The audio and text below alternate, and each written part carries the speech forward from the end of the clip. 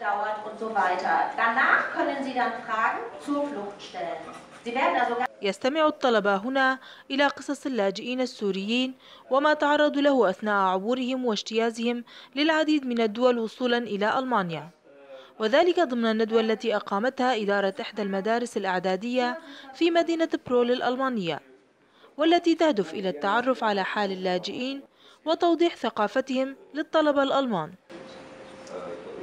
Und wir haben jedes Jahr einen Europatag und in diesem Jahr war der Schwerpunkt Flüchtlinge, Geflüchtete, und wir haben diese Gesprächsrunde gemacht, weil wir den Eindruck haben, dass unsere Schüler dringend in Kontakt kommen sollten mit Geflüchteten und ihre Fragen stellen können, die ihnen wichtig sind, da sie vieles nur aus den Medien wahrnehmen und der persönliche Kontakt zu Geflüchteten fehlt. Die Geflüchteten, die hier zu Gast waren, leben in der Turnhalle direkt auf unserem Gelände, sodass sie nah bei uns sind. Das ist Teil unserer Wirklichkeit. Zudem haben wir an der Schule IFK-Klassen, die Klassen zur Integration, die hier Deutschunterricht haben und andere Unterrichtsfächer.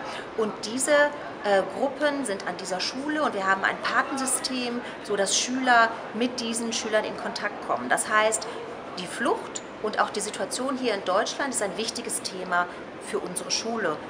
Sie haben sich unwohl gefühlt. Jetzt war die Idee, wie können wir am besten Ihnen helfen. الجلسة التي استمرت لساعة ونصف وبحضور مترجم تفاعل معها الطلبة الألمان متوجهين بأسئلتهم المختلفة إلى اللاجئين، حيث تساءل أحدهم عن أسباب اللجوء ليجيب عليه السوري بالقول: في سوريا إما أن أكون قاتلا أو قتيلا، فلم يبقى لي خيار سوى اللجوء.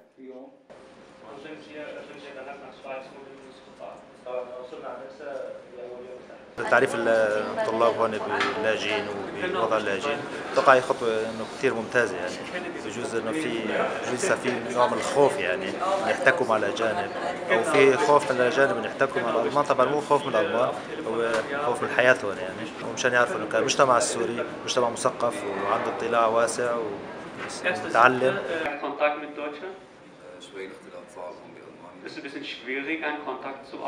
مستقبل مشرق يلوح بالأفق للمجتمعين في هذه القاعة من الطلبة، ومصير ما زال غامضا إلى حد ما لمئات الآلاف من اللاجئين السوريين الحائرين ما بين البقاء هنا أو العودة إلى ديارهم يوما ما. لبيرس 23، برول، ألمانيا.